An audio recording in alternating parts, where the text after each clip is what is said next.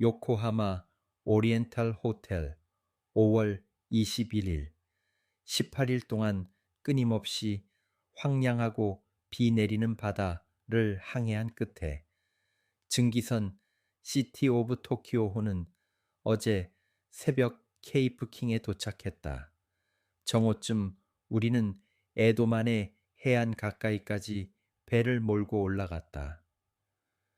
날씨는 부드럽고 흐렸으며 희미하게 푸른빛이 감돌았다. 그리고 일본의 해안은 대부분의 해안보다 훨씬 매력적이긴 하지만 색채나 형태 면에서 특별히 놀라운 점은 없었다. 깊게 갈라지고 숲이 우거진 산등성이가 물가에서 솟아오르고 회색빛의 깊은 지붕을 가진 마을들이 계곡 어귀에 모여 있다. 그리고 영국 잔디밭처럼 푸르른 계단식 논밭이 울창한 고산림 사이로 높이 뻗어 있다. 해안에 많은 사람들이 보이는 것이 매우 인상적이며 만해도 마찬가지로 곳곳에 어선들이 가득했다. 우리는 5시간 동안 수백 척이 훨씬 넘는 수천 척의 배들을 지나쳤다. 해안과 바다는 창백했고 배들도 창백한 색이었다. 이는 그들의 선체가 도색되지 않은 나무로 만들어졌고 그들의 돛 또한 순백색 천으로 만들어져 있었기 때문이다. 이따금 고물이 높은 정크선이 유령 갤리선처럼 떠다녔다. 그리고 나서 우리는 흰 사각돛을 단 삼각형 모양의 어선들에 부딪히는 것을 피하고자 속도를 늦췄다. 그렇게 잿빛 어둠과 무감각한 단조로움이 몇 시간 내내 계속됐다. 나는 오랫동안 후지산을 찾아 헤맸지만 결국 보지 못했다. 하지만 갑판 곳곳에서 환희의 찬소리가 들려왔다.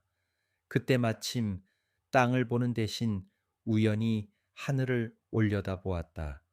나는 누구도 상상하지 못할 법한 높이 위에 있는 그 산을 보았다. 그 산은 해발 13,080피트에 달하는 높이에 끝부분이 잘린 원뿔 모양이었으며 순백의 눈으로 덮여 있었다. 그곳에서부터 후지산은 아주 옅은 푸른 하늘을 배경으로 매우 창백하게 웅장한 곡선을 그리며 위로 치솟는다. 산 기슭과 그에 인접한 지역은 옅은 회색 안개에 가려져 있었다. 그것은 멋진 광경이었고 이내 환영처럼 사라졌다. 트리스탄 다쿠냐의 눈 덮인 원뿔 봉우리를 제외하고는 나는 그토록 고독한 위엄으로 솟아오른 산을 본 적이 없다. 그 높이와 웅장함을 훼손할 만한 것이 가까이든 멀리든 아무것도 없다. 그것이 신성한 산인 것도 당연하다. 그리고 일본인들에게 너무나 소중한 나머지 그들의 예술은 그것을 표현하는데 결코 실증내지 않는다. 우리가 그것을 처음 보았을 때 거의 50마일 떨어져 있었다. 공기와 물은 마찬가지로 움직임이 없었고 안개는 고요했다. 그리고 창백하고 회색빛 구름이 푸르스름한 하늘에 고요히 떠 있었다. 어선의 흰 돛의 반영은 거의 흔들리지 않았다. 모든 것이 너무나 창백하고 흐릿하고 섬뜩한 나머지 우리가 뒤에 남긴 포효하는 거품의 격동, 그리고 우리의 시끄럽고 고동치는 전지는 잠든 아시아에 대한 떠들썩한 침범처럼 보였다. 좁아진 만, 숲이 우거진 언덕, 계단식 골짜기, 그림 같은 회색빛 마을, 고요한 해변 생활, 그리고 내륙의 산들의 희미한 푸른 덩어리들이 더욱 선명하게 보였다. 후지산은 여름 대부분을 안개 속으로 들어가 그 장엄한 모습을 감싼다.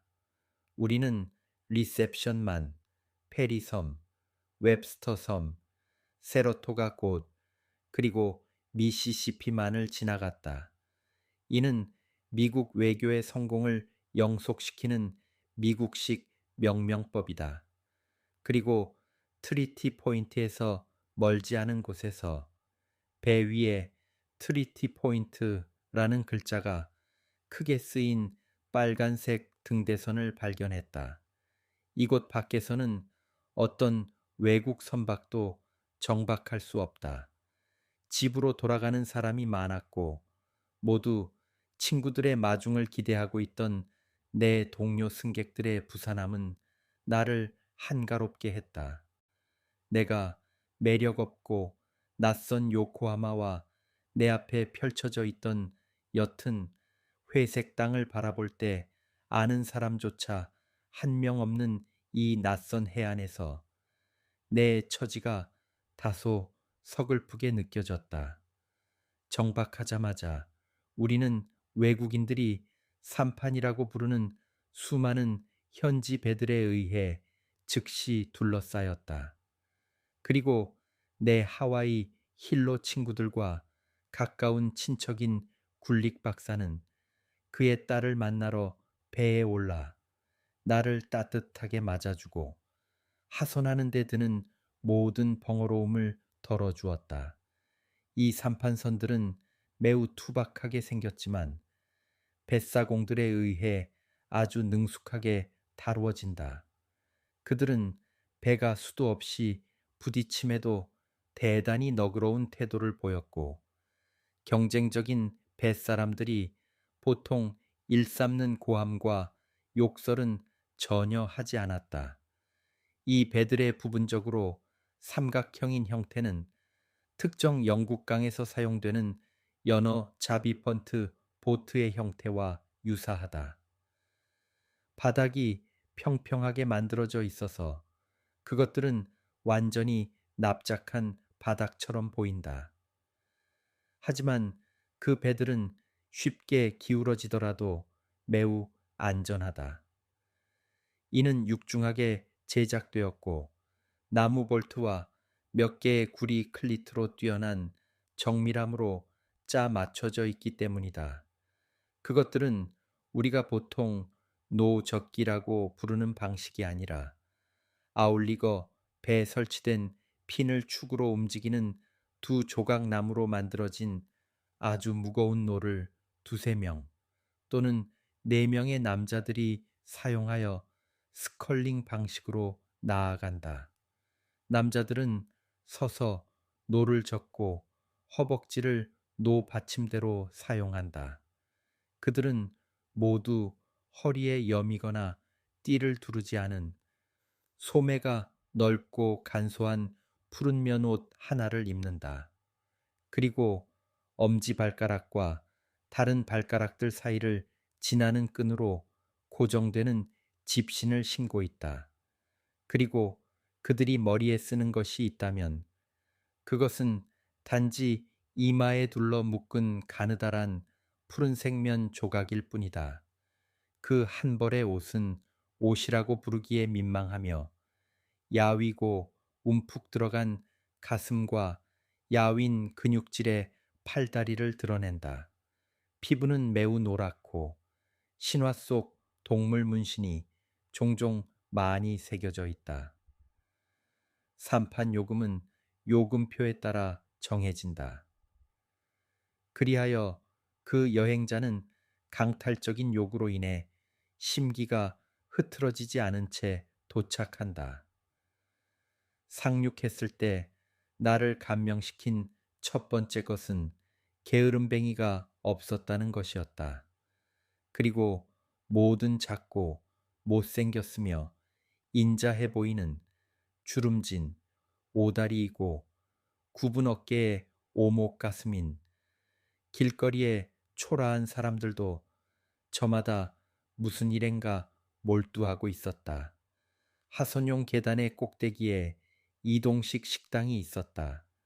그 식당은 깔끔하고 가장 간결하며 숯불 화로와 조리 및 식기구들을 완비하고 있었다. 하지만 그것은 마치 인형을 위해 인형이 만든 것처럼 보였고, 그것을 지키고 있던 마네킹처럼 보이는 사람은 키가 5피트도 되지 않았다. 세관에서는 유럽식 파란색 제복과 가죽 부츠를 신은 세심한 직원들이 우리를 응대했다. 그들은 매우 정중한 사람들이었고, 우리 짐가방을 꼼꼼히 열어 검사한 후 다시 끈으로 묶어 주었다. 뉴욕에서 같은 업무를 수행하는 오만하고 탐욕스러운 직원들과는 확연히 대조되는 모습이었다. 밖에는 이제는 잘 알려진 인력거 약 50대가 있었고, 그 주변의 공기는 50명의 입에서 이 진티키샤라는 거친 단어가 빠르게 되풀이되면서 나는 웅성거림으로 가득했다. 잘 알려져 있듯이 이 교통수단은 일본의 주요 특징이며 날마다 그 중요성이 커지고 있다. 인력거는 불과 7년 전에 발명되었는데 벌써 이 한 도시에만 2만 3천 대 가까이 있다. 인력거를 끄는 일은 다른 어떤 숙련된 노동보다 훨씬 많은 돈을 벌 수 있기 때문에 수많은 건장한 젊은이들이 농업을 버리고 도시로 몰려들어 인력거꾼이 되려고 한다. 하지만 인력거를 끄는 사람의 평균 수명은 5년밖에 되지 않고 심장병과 폐 질환이 악화되어 사망하는 경우가 많다고 한다. 비교적 평탄한 지형에서 잘 달리는 사람은 시속 약 4마일의 속도로 하루에 40마일을 달릴 수 있다. 이 인력거들은 해당 관청에 등록되어 있으며 2인승 차량은 연간 8실링, 1인승 차량은 4실링의 세금이 부과된다. 또한 시간과 거리에 따라 정해진 요금이 적용된다.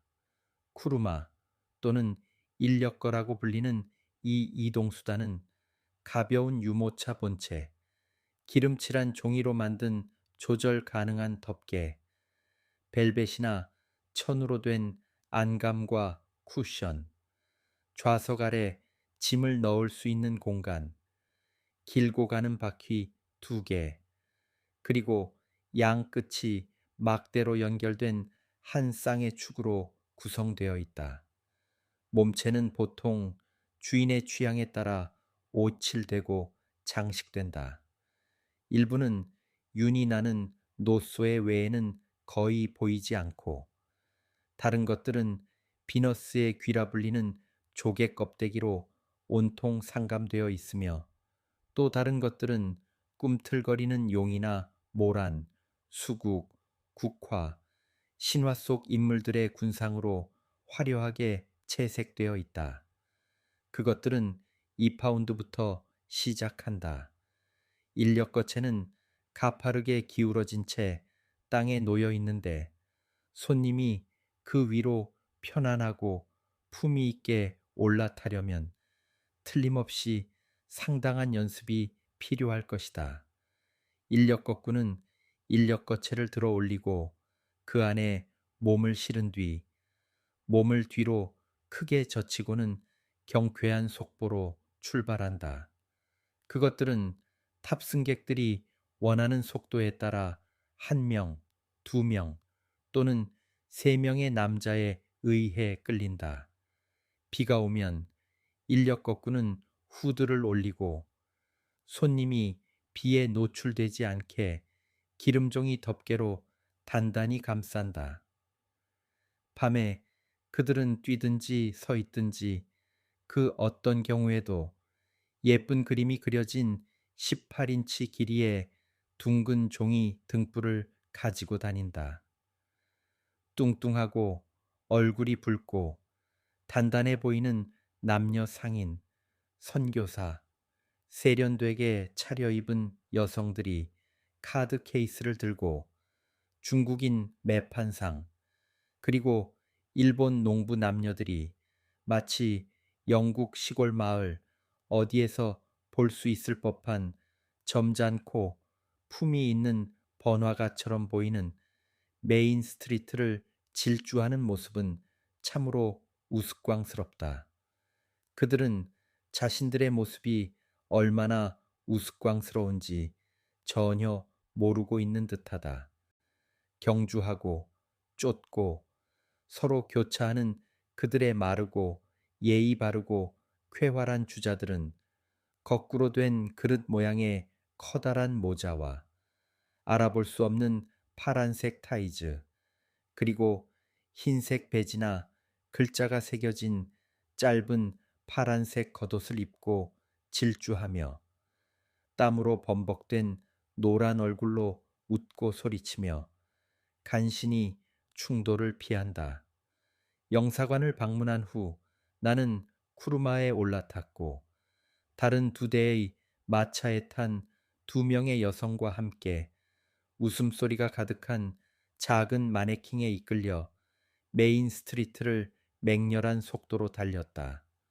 메인 스트리트는 좁고 견고하며 잘 포장된 거리로 잘 만들어진 보도와 연석, 배수로가 있고 철제 가로등과 가스등, 외국 상점들이 즐비했다.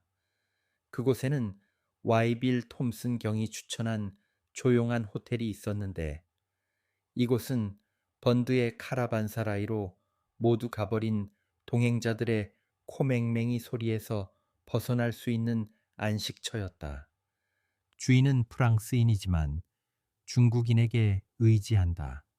하인들은 일본 옷을 입은 일본인 보이들이며 흠잡을 데 없는 영국식 복장을 한 일본인 객실 시종 한 명이 있는데 그는 지나치게 공손한 태도로 나를 완전히 기겁하게 만든다. 도착하자마자 거의 곧바로 프레이저 씨의 사무실을 찾아 나서야 했다. 찾아다녔다고 말하는 이유는 거리 이름이 없고 번호가 있더라도 순서가 없었으며 길을 헤매는 동안 도움을 줄 만한 유럽인도 만나지 못했기 때문이다. 요코하마는 알면 알수록 나아지지 않는다. 그것은 죽은 듯 산 듯한 모습이다. 그것은 그림 같은 아름다움 없이 불규칙하며 회색 하늘, 회색 바다, 회색 집들, 그리고 회색 지붕들이 조화롭게 칙칙하게 보인다. 일본에서는 멕시코 달러를 제외한 어떤 외화도 통용되지 않았고 프레이저 씨의 거래상은 곧 내 영국 금화를 일본 지폐로 바꿔주었는데 그 지폐들은 현재 달러와 거의 같은 가치의 엔화 뭉치 50센, 20센, 10센 지폐 묶음, 그리고 상태가 아주 좋은 동화 몇 뭉치였다. 정통한 사람들은 지폐의 각기, 다른 색깔과 크기를 보고 그 차이를 한눈에 구별하지만 나에게는 현재 그저 혼란스러운 수수께끼일 뿐이다. 그 지폐들은 모서리에 한자가 새겨진 뻣뻣한 종이 조각들인데 그 한자 근처에서 아주 좋은 시력이 있거나 돋보기를 사용해야만 가치를 나타내는 영어 단어를 알아볼 수 있다. 그것들은 매우 정교하게 제작되었으며 천황의 국화 문장과 제국을 상징하는 서로 교차하는 용들이 문양으로 장식되어 있다. 나는 진정한 일본의 모습을 경험하고 싶다는 간절한 소망이 있다. 영국의 영사 대리인 윌킨슨 씨가 어제 방문했는데 정말 친절했다. 그는 나의 내륙 여행 계획이 다소 지나치게 야심적이라고 생각하지만 여성이 혼자 여행하는 것은 완벽하게 안전하다고 본다. 그리고 다른 모든 사람들과 마찬가지로 수많은 벼룩과 형편없는 말들이 일본 여행의 큰 단점이라는 점에 동의한다. 이사벨라 루시버드